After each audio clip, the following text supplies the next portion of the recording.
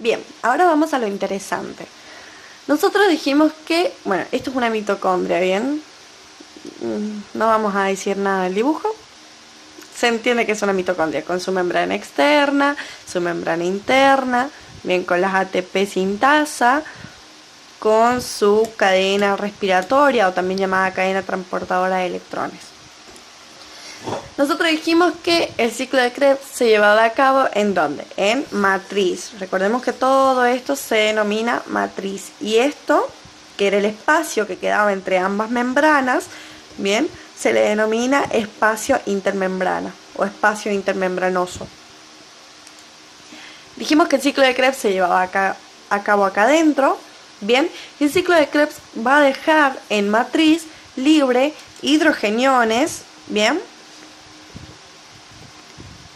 y también va a dejar libre electrones. Nosotros necesitamos que estos hidrogeniones, bien, estén en el espacio intermembrana en una mayor concentración que en matriz, bien. Ya vamos a ver por qué nos interesa que esté en mayor concentración en el espacio intermembrana que en matriz. Entonces necesitamos que estos protones, estos hidrogeniones, sean bombeados hacia el espacio intermembrana. ¿Y cómo vamos a llevar a cabo esto? Gracias a la cadena respiratoria de electrones. Bien, la cadena respiratoria de electrones, que está acá dibujada con verde, es un complejo multienzimático, bien, el cual se encuentra en la membrana interna. Yo no. Son denominados con números romanos según su potencial, bien, son 4 complejos, y vamos a ver que el complejo número 2 no ocupa toda la membrana, sino que ocupa una hemicapa. Ya vamos a ver por qué es interesante esto, porque es importante. ¿Qué va a pasar?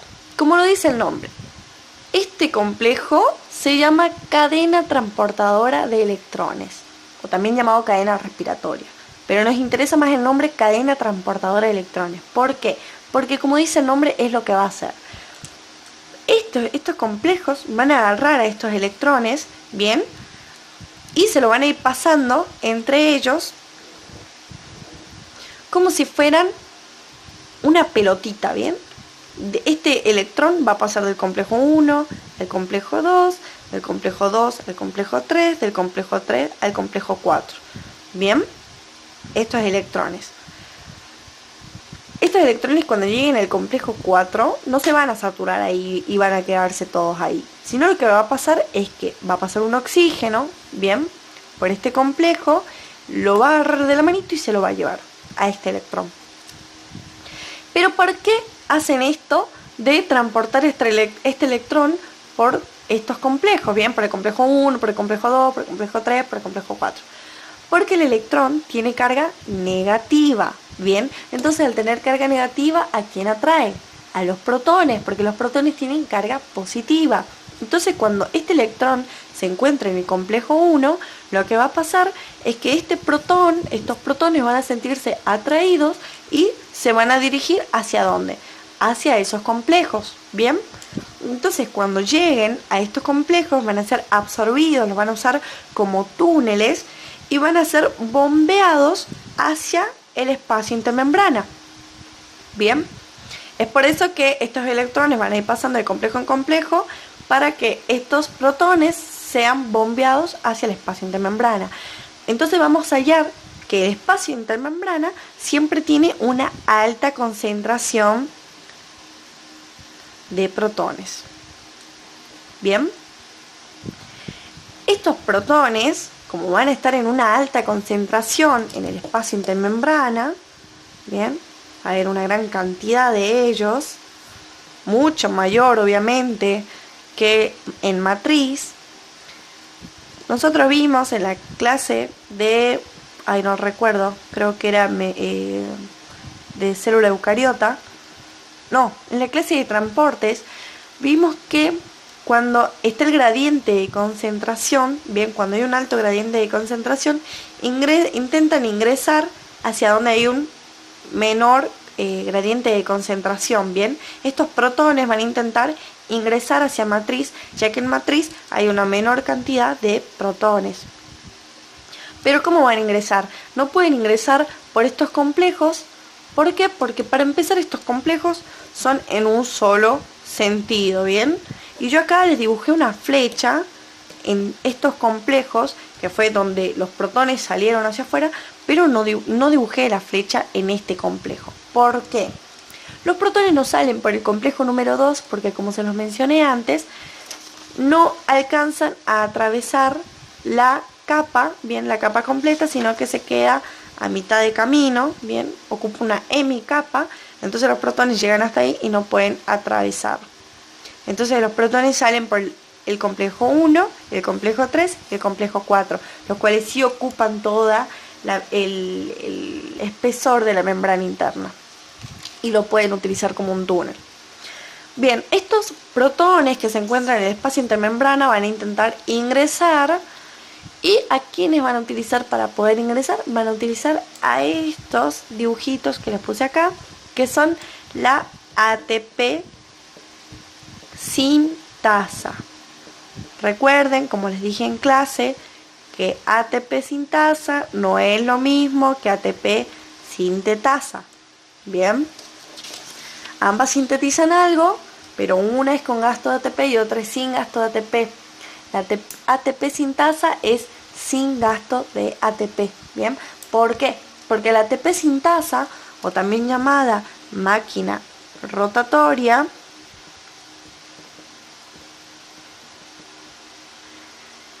es la principal sintetizadora de ATP, ¿bien? Entonces no va a sintetizar ATP y a la vez va a gastar ATP, no, ¿bien? ¿Qué va a pasar? Yo les voy a dibujar ahora a continuación cómo es la ATP sintasa. Yo lo voy a hacer en la parte de atrás. La ATP sintasa tiene esta forma, a modo esquemático, ¿cierto? Bien. Tiene una porción denominada F1, o también llamada partícula de Racket, y una porción F0. Tienen que saber que la porción F0 se encuentra ubicada en la membrana interna de la mitocondria. Bien, este espacio que queda acá es matriz, es decir, que esta ATP sintasa, estoy dibujando la ATP sintasa, ¿bien?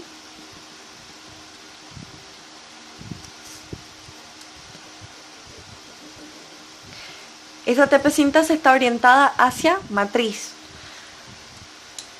Y toda esta zona que queda acá es el espacio intermembranoso. Que nosotros antes dijimos que este espacio intermembranoso, bien, que es todo esto que está por acá afuera, tiene una alta concentración de hidrogeniones. Que van a intentar ingresar ¿a dónde? A matriz. Entonces, como dijimos que no podían entrar por estas enzimas del complejo, de la cadena respiratoria, lo que van a hacer es utilizar esta ATP sintasa para ingresar a matriz. Bien. Al ingresar a esta ATP sintasa para salir a matriz, lo que sucede es que provocan una fuerza, bien, provocan una energía en esta ATP sintasa que hace que esta comience a girar. Bien, esta empieza a girar y en su interior contiene ADP y puede unir, gracias a este giro de esta ATP sintasa, puede unir un ADP con un fósforo inorgánico, dando como resultado un ATP. Nosotros recordemos que cuando decíamos que un ADP se unía a un fósforo inorgánico y me da como resultado ATP, se le denomina una fosforilación. Nosotros dijimos que habían dos tipos de fosforilación. Había una fosforilación oxidativa y una fosforilación a nivel de sustrato. ¿Cuál era la diferencia de estas dos? que una tenía la participación de la cadena transportadora de electrones, o también llamada cadena respiratoria, y la otra no, porque ambas tenían como función formar un ATP a partir de un ADP más un fósforo inorgánico. Pero la diferencia que había entre estas dos fosforilaciones es que una tenía la participación. ¿Y cuál es la fosforilación que tiene la participación de la cadena respiratoria o cadena transportadora de electrones? La oxidativa, es decir, esta. Bien, nosotros acá formamos un ATP, fosforilamos un ATP, así se le denomina, con la participación de la cadena transportadora de electrones, ¿bien? Porque la cadena transportadora de electrones, ¿qué hizo? Bombeó estos hidrogeniones hacia el espacio intermembrana gracias al paso entre sus complejos de electrones, que hizo que atraigan esos protones para que salgan a este espacio, ¿bien?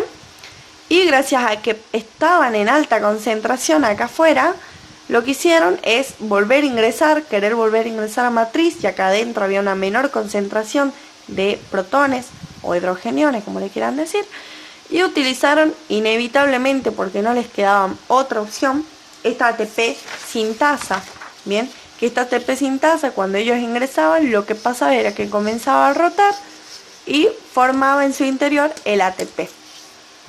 Nosotros dijimos que la fosforilación a nivel de sustrato era una fosforilación que no tenía la participación de la cadena respiratoria de electrones. ¿Quiere que les muestre una fosforilación a nivel de sustrato? Muy fácil. En glucólisis nosotros vimos en la etapa exergónica que se formaba ATP. Bien, estas dos fosforilaciones son fosforilación a nivel de sustrato. Bien, porque aún no pasa la cadena respiratoria. Recordemos que después de la glucólisis viene la oxidación del piruvato, después de la oxidación del piruvato viene el ciclo de Krebs, después del ciclo de Krebs recién viene la cadena respiratoria. Bien, entonces como estas fosforilaciones de ATP fueron antes, se les llama fosforilación a nivel de sustrato. Hay otros ejemplos de fosforilación a nivel de sustratos en el ciclo de Krebs también, bien. Y bueno, y la fosforilación oxidativa es esta, es la que se produce luego de la cadena transportadora de electrones, ¿bien? Y se produce en la ATP sintasa. Espero que se haya entendido. Cualquier cosita me hablan a WhatsApp y yo les respondo sus dudas. Y si no, mañana en clases. Nos vemos.